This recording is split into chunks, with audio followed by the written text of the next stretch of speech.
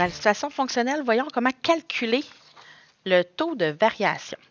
Alors, on a ici, en assez gros, la formule. Donc, A, donc c'est le paramètre A, c'est le taux de variation. Et c'est, on lit ça delta Y sur delta X, ça veut dire la différence des Y sur la différence des X de deux coordonnées. Donc, on prend le point 1 et le point 2. On fait la différence toujours, donc la différence est toujours le plus gros moins le plus petit. Donc ici, ça va être le plus loin sur le graphique, par exemple, moins le plus proche sur le graphique. Donc toujours l'ordonnée, donc la différence des ordonnées sur la différence des abscisses. La différence des Y sur la différence des X. Faire attention. Donc ici, c'est vraiment la variable dépendante sur la variable indépendante, même si dans une coordonnée, on lit le X avant, il se retrouve en bas. Alors, c'est bien la variation des ordonnées sur la variation des abscisses. Allons voir dans notre exemple de graphique ici, nous avons 2 points. Alors, le taux de variation, c'est vraiment de combien varie la variable dépendante selon la variable indépendante. Alors, la variation, ici, j'ai 2 points. Donc, combien je monte ou je descends pour combien je me tasse donc à gauche ou à droite. Alors, ici, j'ai 2 points. Et c'est pour ça qu'on parle dans la formule de Y1, Y2 moins Y1, c'est le Y, donc la coordonnée, l'ordonnée dans la coordonnée, l'ordonnée du deuxième point moins l'ordonnée du premier point, divisé par l'abscisse du deuxième point moins l'abscisse du premier point. Alors, allons voir avec un exemple avec des nombres. Là, ici, c'était un petit peu abstrait. Juste en dessous, on a un exemple. Alors, on a ici notre formule. Delta Y sur delta X veut dire, et on l'a décrit en haut, Y2 moins Y1 divisé par X du point 2 moins X du point 1. On a 2 points. Alors, le premier point, c'est vraiment le premier, là, donc je commence vers la gauche. On lit de gauche à droite. Donc, le premier point, c'est celui-ci. Donc, ça ici, c'est le point 1. Et ça ici, c'est le point 2.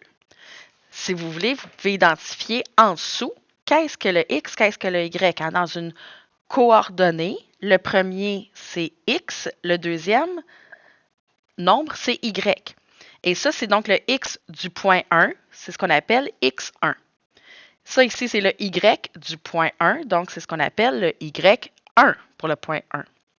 Ici, dans une coordonnée 8, 2000, le premier, c'est toujours sur l'axe des X, donc X, hein, on peut se l'écrire ici, X, Y. Et le deuxième, donc je vais mettre un point-virgule par exemple, parce que, c'est pas super. Y, c'est le deuxième. C'est le point 2, donc c'est le X du point 2, X2. Et 2000, c'est le Y du point 2, donc Y2. C'est ce qu'on veut dire ici dans ma formule. Alors, je veux la variation des ordonnées, des Y. Le Y du point 2 moins le Y du point 1. Si j'ai besoin, je l'écris en dessous. Donc, c'est Y2 moins Y1. Leurs valeurs sont juste là. Alors, c'est 2000 pour le Y2 moins Y1, 500. En bas, c'est le X du point 2 moins le X du point 1. Le X du point 2, c'est 8.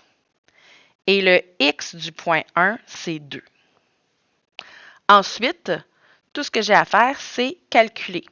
Alors, si je fais 2000 moins 500, ça me fait 1500. Et 8 moins 2, ça me donne 6. Et quand j'ai 1500 sur 6, ça veut dire divisé par 6.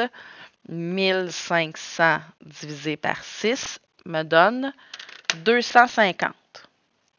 Alors, le taux de variation de mon graphique ici est de 250. Ça veut dire quoi? Que, ici, mon dénominateur, c'est 1. Donc, quand je me tasse de 1, je monte de 250. À chaque fois que je me tasse de 1, je monte de 250. OK? Alors, c'est ça le taux de variation, c'est ce qui fait varier. Donc, c'est la pente. Donc, combien c'est abrupt. Donc, plus le chiffre est gros, plus la pente, donc mon graphique va être, mais là, c'est peut-être pas super là, ici.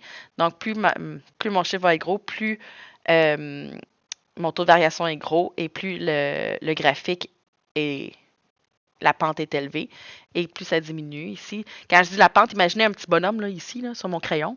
Mais ici, c'est bien plus facile de monter cette pente-là que, pauvre lui, monter cette pente-là, il va être bien, bien, bien essoufflé.